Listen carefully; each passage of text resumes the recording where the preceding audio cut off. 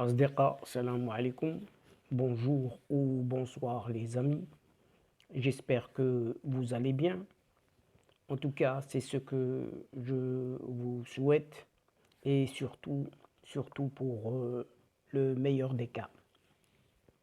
Bienvenue sur votre chaîne Bled Magharibia, une nouvelle fois qui attend comme toujours vos encouragements en la partageant autour de vous et auprès de toutes vos connaissances et surtout en vous y abonnant pour être informé en toute primeur.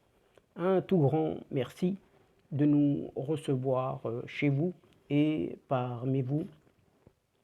Et cette 106e vidéo vient vers vous pour vous proposer ce qui fait débat habituel et à chaque fois, c'est-à-dire ce qui fait discussion désormais entre nous à chacune de nos rencontres et nos entrevues.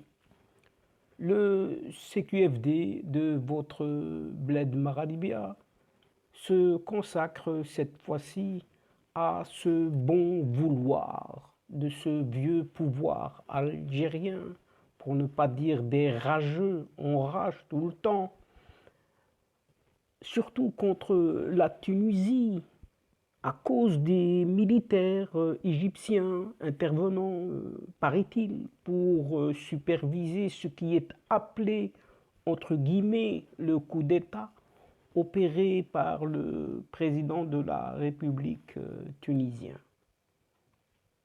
Alors que dans cette désormais obsolète Algérie, complètement anéantie par sa propre liberté dite d'expression, le quotidien, son quotidien, Al-Watan, dénonce sa, entre guillemets de nouveau, sa mise à mort programmée, longtemps annoncée, pour ne pas dire justement annoncé depuis un certain temps, puisqu'il est considéré comme un vilain canard et sur le point de mettre la clé sous la porte, ce que prévient la direction de ce journal, parce qu'il est privé de la publicité dite d'État.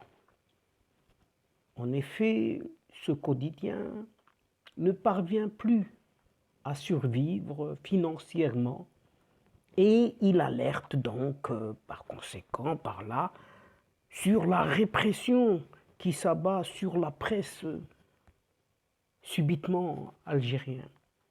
C'est tout à fait soudain. On vient de le découvrir, comme par hasard.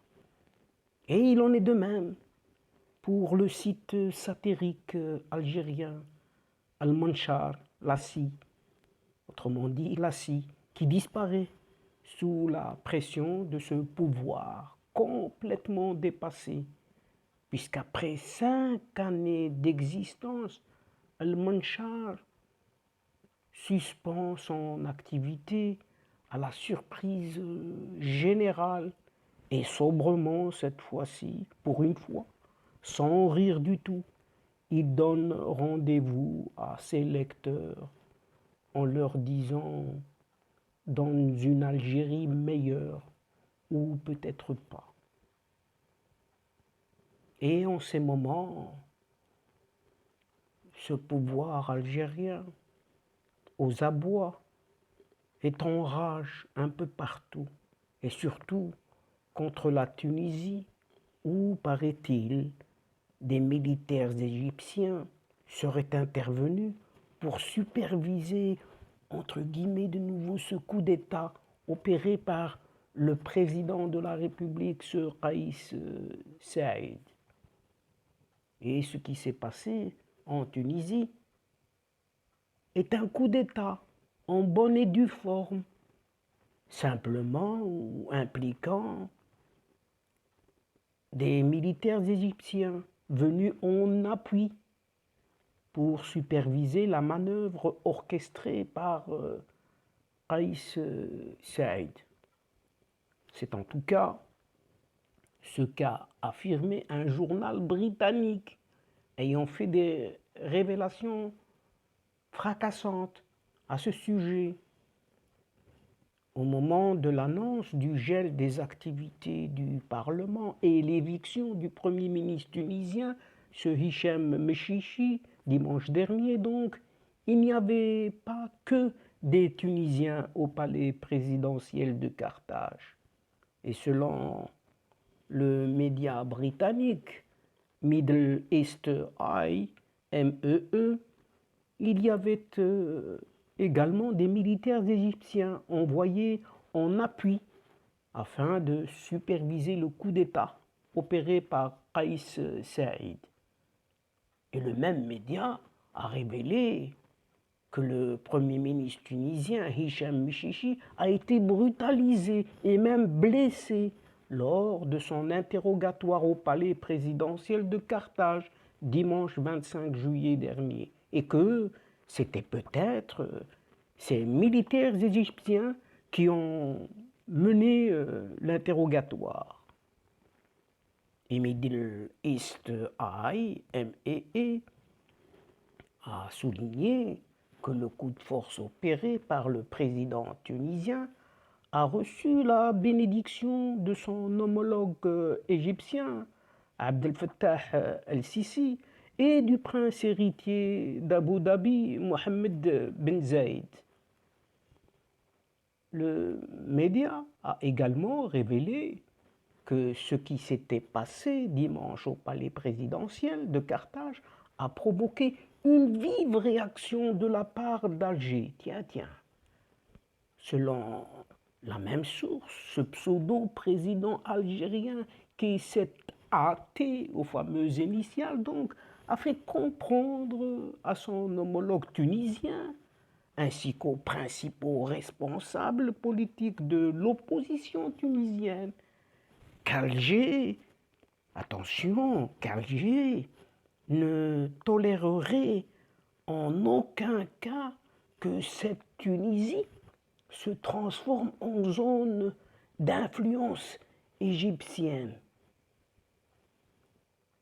Et c'est comme cela que ça n'a servi à rien d'avoir dénigré un certain voisin de l'Ouest durant des années, puisque cette mafia, on peut le dire ainsi, cette mafia algérienne au pouvoir aujourd'hui, et disons depuis une certaine indépendance, d'un certain juillet 1962, n'a jamais été reconnaissante avec personne et surtout avec les voisins d'à côté. Les subventions publicitaires ont tari, comme ont tari les ressources financières du pétrole, du gaz, donc des ressources grâce aux hydrocarbures. Et le quotidien Al-Watan en subit les conséquences. Et pourtant, il était à la botte de ce vieux régime militaire. Et actuellement sur le point de mettre la clé purement et simplement sous la porte, ce que prévient sa direction, puisque ce quotidien est désormais privé de la publicité d'État. Il est considéré comme un vilain canard et qui ne parvient plus à survivre financièrement. Et donc il alerte sur la répression qui s'abat sur la presse algérienne, comme par hasard, et comme si on ne le savait plus ou ne le savait pas du tout. Et donc, dans cette même Algérie, le quotidien Al-Watan, qui subit les conséquences de cette crise en Algérie, ce quotidien dénonce sa mise à mort programmée, et pourtant longtemps annoncée à l'avance. Et ce journal, qui était réputé pour son sérieux, paraît-il, et son indépendance, ou plutôt sa dépendance à l'égard du pouvoir. Il est sur le point de mettre la clé sous la porte, ce que prévient désormais la direction du journal. En effet, ce journal est désormais privé de toute publicité d'État, ne parvenant plus à survivre financièrement, et il alerte donc sur la répression qui s'abat sur la presse algérienne en titrant, pour ne pas dire en tirant, à nos fidèles lecteurs ni aumône, ni faveur, mais du respect. Et c'est ainsi que le journal El Watan a choisi de titrer son éditorial du 27 juillet dernier pour expliquer la délicate situation dans laquelle se trouve ce quotidien. Au bord de l'asphyxie, voilà. Le journal, pourtant, est né en 1990, affiche un bilan négatif pour la deuxième année consécutive et le rapport de gestion des comptes met tous les clignotants au rouge, explique même l'éditorialiste. Une mise à mort en bonne et due forme et un étranglement du journal ont été programmés, affirme-t-il. Et pour le quotidien algérien, Al-Watan, il y a, et le gouvernement a en effet décidé de priver unilatéralement Al-Watan de la recette publicitaire, si vitale à ses équilibres financiers, poursuit l'éditorialiste. Les propos d'aujourd'hui ne sont plus ce qu'ils étaient il y a par le passé. Et la publicité étatique fait en quelque sorte fonction d'aide publique à la presse, puisqu'elle est indispensable à la survie des journaux. Elle est un outil de pression financière envers les médias, peu enclin à soutenir la politique du régime. Tiens. Les ventes du journal ne couvrent en effet que le tiers des salaires des 150 employés du journal. Et si El Watan tient encore pour l'instant, mais sa disparition n'est pas exclue du tout. Et l'éditorialiste demande un accès équitable au marché de la publicité pour continuer à exercer librement le métier de journaliste. Il se dit un quotidien qui dérange. El Watan est reconnu pour son sérieux et son indépendance, pour ne pas dire sa dépendance. El Watan ne doit pas mourir. Tel est le mot d'ordre pour contrer la féroce volonté du pouvoir de le réduire à néant, pour ne pas dire en miettes, ce papier. Journal d'information et d'opinion, El Watan a un rôle prépondérant, paraît-il, à jouer dans la construction d'une presse libre vitale pour la démocratie, explique l'éditorialiste au lecteur du journal. Mais on ne sait de quelle démocratie s'agit-il ici, dans cette Algérie complètement moribonde, complètement déchiquetée, créée à la fin des années 80, au lendemain des violences d'octobre 1988 et de l'ouverture politique partielle concédée alors par le pouvoir. El Watan est l'un des plus anciens quotidiens qui se disent indépendants. Tiens, encore un journal indépendant en Algérie, souligne le site d'information Observe Algérie.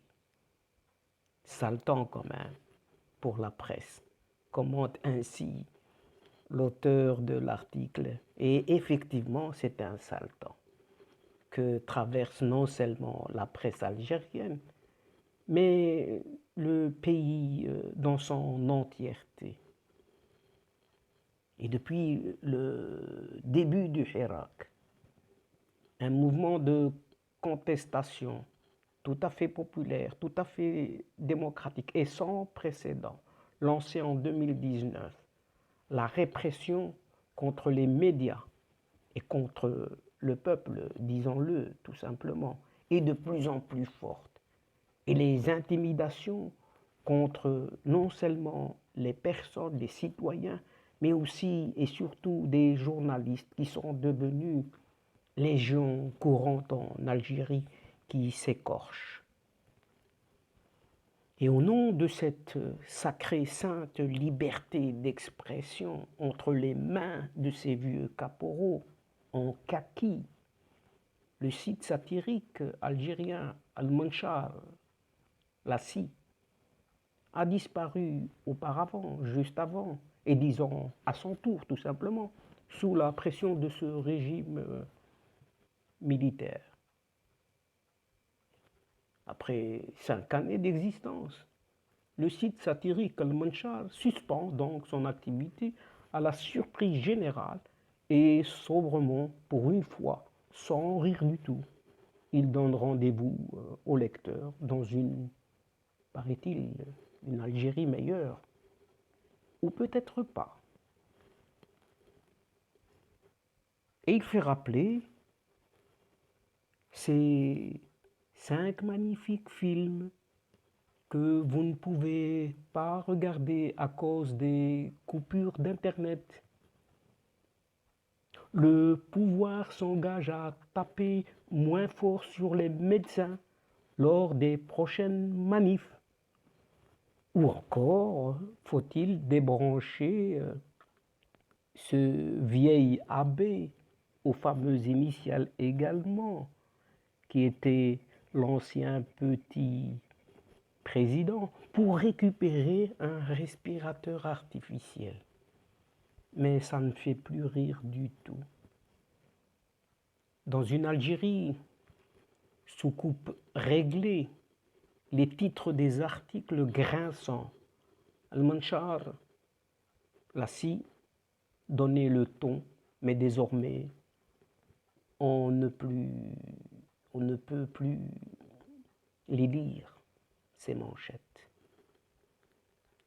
Car le 13 mai dernier, après 5 années d'existence, le Rorafi algérien a annoncé qu'il s'arrêtait là, dans un message sobre, et qui pour une fois ne prêtait pas à rire du tout.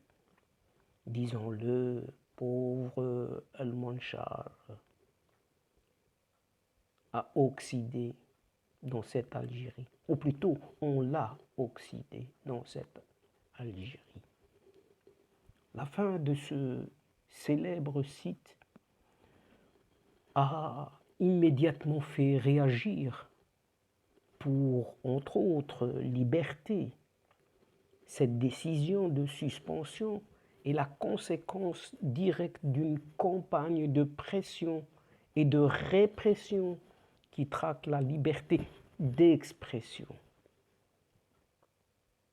Car pour Kazim Baya, le fondateur d'Al-Manchar, s'est expliqué sur cette fermeture dans des propos rapportés par le journal Al-Watan, justement. Et en disant ceci, nous n'avons pas été censurés ou bloqués par les autorités. Et tiens, et cette décision a été prise par l'équipe de la rédaction. Le climat de répression des libertés, des incarcérations de citoyens à la suite de leurs activités sur les réseaux sociaux nous ont conduits à réfléchir sur les risques que nous encourions. Des menaces donc, des menaces récurrentes contre la presse. Et si les fans d'El Manchar ont salué le travail qui a été fait durant 5 longues années. D'autres reprochent tout de même à son fondateur d'avoir trop vite baissé les armes face à un régime qui resserre l'étau de plus en plus autour de la liberté d'expression, ce qui explique Al-Watan même. Et le site parodique a pourtant été créé sous ce petit vieil abbé, ce président qui a dirigé le pays pendant 20 ans avant d'être renversé en avril 2019. Et sa chute n'a pourtant pas permis d'ouvrir le débat public. Et depuis l'arrivée au pouvoir de cet athée, les menaces contre les médias sont récurrentes. Et ça fait tomber, avec la chute de ce vieil abbé, tous les canards qui ont été créés en cette période. À l'exemple de ce Khaled Drarni, fondateur du site indépendant Al-Qasba Tribune, est incarcéré depuis plus d'un mois pour avoir couvert tout simplement des manifestations populaires, démocratiques, innocentes d'un certain Hirak. Les autorités en place ont également joué la carte de la censure. Et Al-Watan affirme que le Maghreb émergent, Radio M, Interligne, Algérie et DZ Vide, sites très critiques vis-à-vis du régime, subissent eux aussi des censures récurrentes, pour ne pas dire tout simplement en langage simple tout le temps. Et pendant ce temps,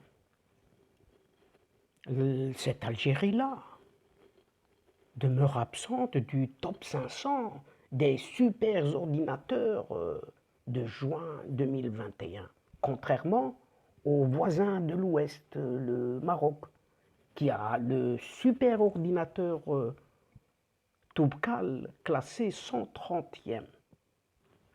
En effet,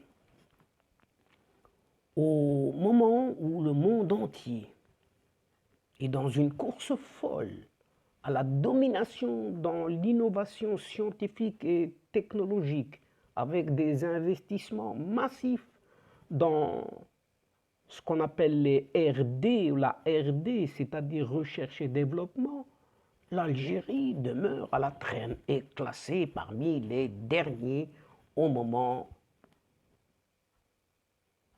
disons, dans l'innovation.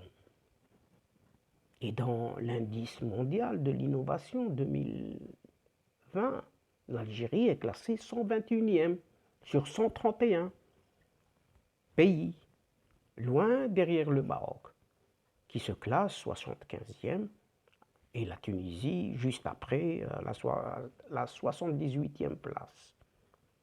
Décidément, cet athée peut malgré tout se vanter de certains records du fait que l'Algérie est première sur le podium au Maghreb et en Afrique, dans le top 500 des mosquées les plus chères du monde, avec sa glorieuse mosquée d'Alger qui a coûté plus de 2 milliards de dollars de finances publiques, autrement dit, en deniers du peuple.